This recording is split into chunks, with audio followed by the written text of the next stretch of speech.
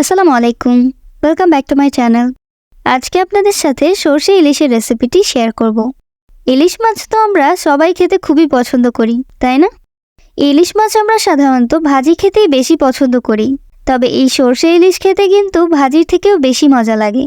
খুব সহজ উপায়ে এই সর্ষে ইলিশের রেসিপিটি করে দেখাবো। চলুন তাহলে সর্ষে ইলিশের রেসিপিটি দেখে নেওয়া যাক।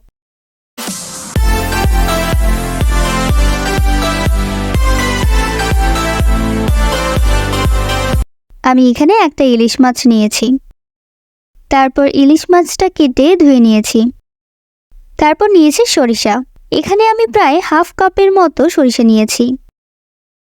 তারপর এই সরিষাগুলো ব্লেন্ড করে নিয়েছি।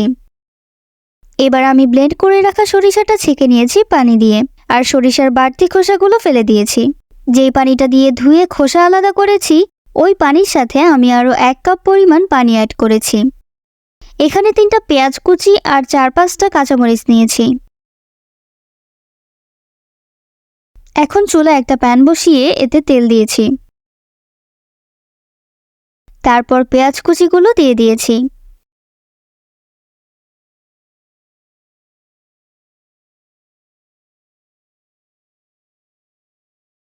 পেঁয়াজটা একটু ভাজা হয়ে গেলে আদা রসুন আর জিরার পেস্টটা দিয়ে দিচ্ছি।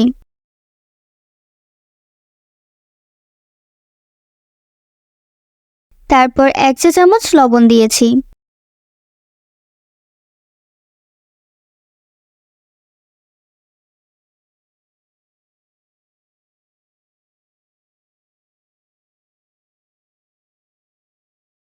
এখন সব মশলাগুলো মিশিয়ে সামান্য একটু পানি দিয়েছি, জাস্ট মশলাগুলো কষানোর জন্য। এবার মরিচ, ধনিয়া আর হলুদের গুঁড়ো দিয়ে দিচ্ছি।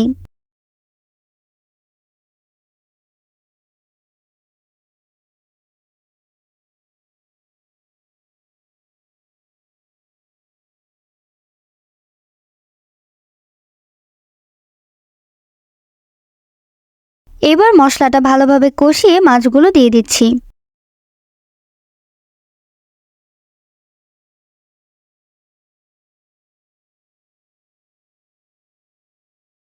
এখন সরিষার পানিটা দিয়ে দিচ্ছি।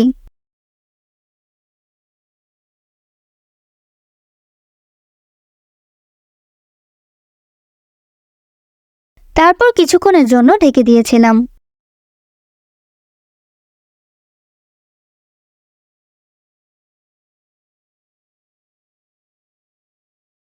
এবার কিছুক্ষণ পর কাঁচামরিচগুলো দিয়ে দিচ্ছি।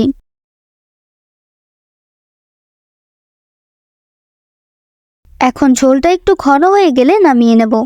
খুব সহজ কিন্তু এই সর্ষে ইলিশটা রান্না করা। এই রেসিপিটি ফলো করে অবশ্যই একবার রান্না করে দেখবেন, খুবই মজা হয়। সবাই কিন্তু আপনার রান্নার প্রশংসা করতে বাধ্য। কমেন্টে জানাবেন কেউ যদি এই রেসিপিটি ফলো করে থাকেন।